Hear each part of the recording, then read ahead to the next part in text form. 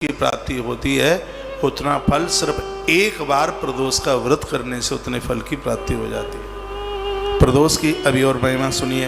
लिखा है अतो दारिद्र मापन्न पुत्रस्ते ध्वज भामिनी। हे देवी, जिसके घर में बहुत ज़्यादा दरिद्रता है, बहुत ज़्यादा गरीबी है, घर में संतान नहीं है, संतान होने के बाद मौत को प्राप्त हो जाती है, तो तत्प्रदोष परिहार्थम शरणम यातु शंकरम। जो लोग श्रद्धा से भगवान महादेव की शरण में आकर प्रदोष काल में पूजा कर लेते हैं, उनके संपूर्ण संकट समाप्त हो जाते हैं। इसी ब्रजमंडल में नंद बाबा को कोई संतान नहीं थी। उज्जैन में पहुंचकर नंद बाबा ने कुछ वर्षों तक भगवान शंकर का महारुद्रा अभिषेक प्रदोष का व्रत किया। शिव पुराण में कथा आती है, पिंडी में से आवाज आ रही थी, महाकाल की पिंडी में से, हे नंदराय, आप अपने घर के लिए लौटिए। तुमने प्रदोष के समय मेरी सेवा करके मुझे इतना खुश कर दिया है, मैं तुमसे इतना प्रसन्न हूँ। हमारा वरदान है तुम्हारे लिए, त्रिलोकी के नाथ स्वयं नारायण तुम्हारे यहाँ पुत्र बन करके चल करके आएंगे। ये स्वयं भगवान ने कहा। तो संतति और संपत्ति के लिए, संतान की वृद्धि के लिए और संपदा के लिए भी ये प्रदोष का व्रत है, जो महादेव का एक वरदान है। तो इसमें कुछ सामग्रियों की बातें आप सुन रहे थे, सुन लीजिए, इसको पूरा करके ही आरती कराएंगे। 2:30 तो बज गया है।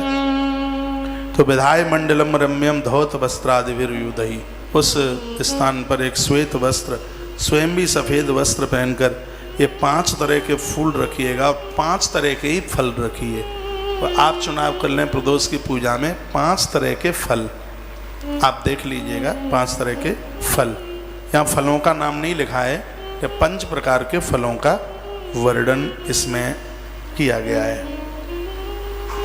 5 पौआ इसमें नैवेद्य लिखा है। 5 पौए का हो गया 1.25 किलो। 1.25 किलो नैवेद्य भोग, भगवान को जो भोग लगाते हैं नैवेद्य 5 पौआ। इसमें सिंघाड़े की लपसी की बड़ी महिमा का वर्णन। सिंघाड़ा भगवान के इस भोग में सिंघाड़ा है, बेर है, इन सब चीज़ों की भगवान के इस भोग में जो गुलगुले होते हैं, जो पुआ जिसको कहते हैं, ये सभी देवताओं के भोग में चलता है। चाहे गणेश जी हों, चाहे मैया जी हों और चाहे ये भगवान हों। ये तो इतना पवित्र माना गया है।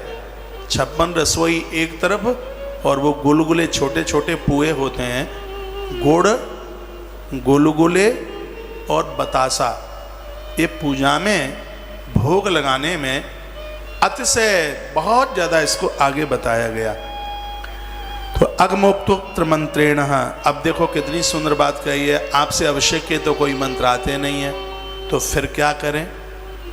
अभिषेक के मंत्र ना आते हो तो आप रुद्राष्टक नमामि समीसान आता हो, उससे आप ये अभिषेक कर सकते हैं।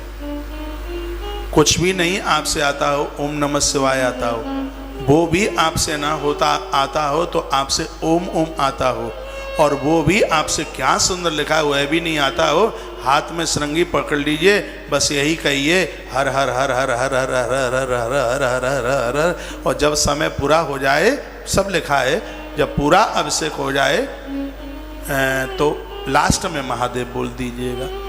इससे भी आपका अभिषेक है।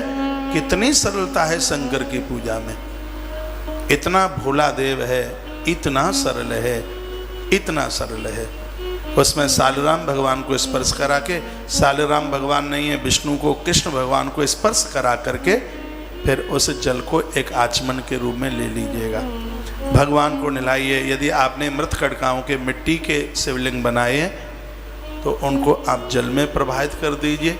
जल नहीं मिलता है तो किसी वृक्ष की जड़ों में रख दीजिए, उसको बेलपत्र की जड़ों में आप रख दीजिएगा जो आपने मिट्टी की प्रतिमा बनाई।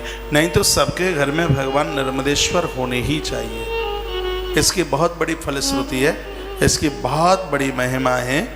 और यदि आपको कोई दिक्कत नहीं है, आपको कोई परेशानी नहीं है, अभी थोड़ा बहुत मैंने किताबों को, ग्रंथों को पढ़ लिया है, बहुत ज़्यादा ना बन पाए तो प्रदोष 3 वर्ष के लिए कर लीजिए और आनंद देख लीजिएगा। काया बदल जाएगी, जीवन बदल जाएगा, जिंदगी बदल जाएगी। 3 वर्ष का प्रदोष, और 3 वर्ष ना कर पाए तो 1 साल कर लीजिए। और कभी भी ना कर पाए प्रदोष, तो प्रदोष वाली तिथि में महादेव के सन्मुख दिया जलाना जरूर आप शुरू कर दीजिए। आज प्रदोष का समय है, संध्या के समय में आप दिया जलाएं। यह पूजा जब पूरी हो जाए, घर में बड़े लोग हैं उनके चरण छूकर उनका आशीर्वाद लीजिए। आरती वगैरह सब पूरा हो जाए। जो इसका प्रदोष में जो अभिषेक का जल है, इसको और पानी में मिलाकर पूरे घर में इसके छींटे लगाइए। घर में वास्तु दोष नहीं रहेगा, बिल्कुल वास्तु दोष नहीं रहेगा।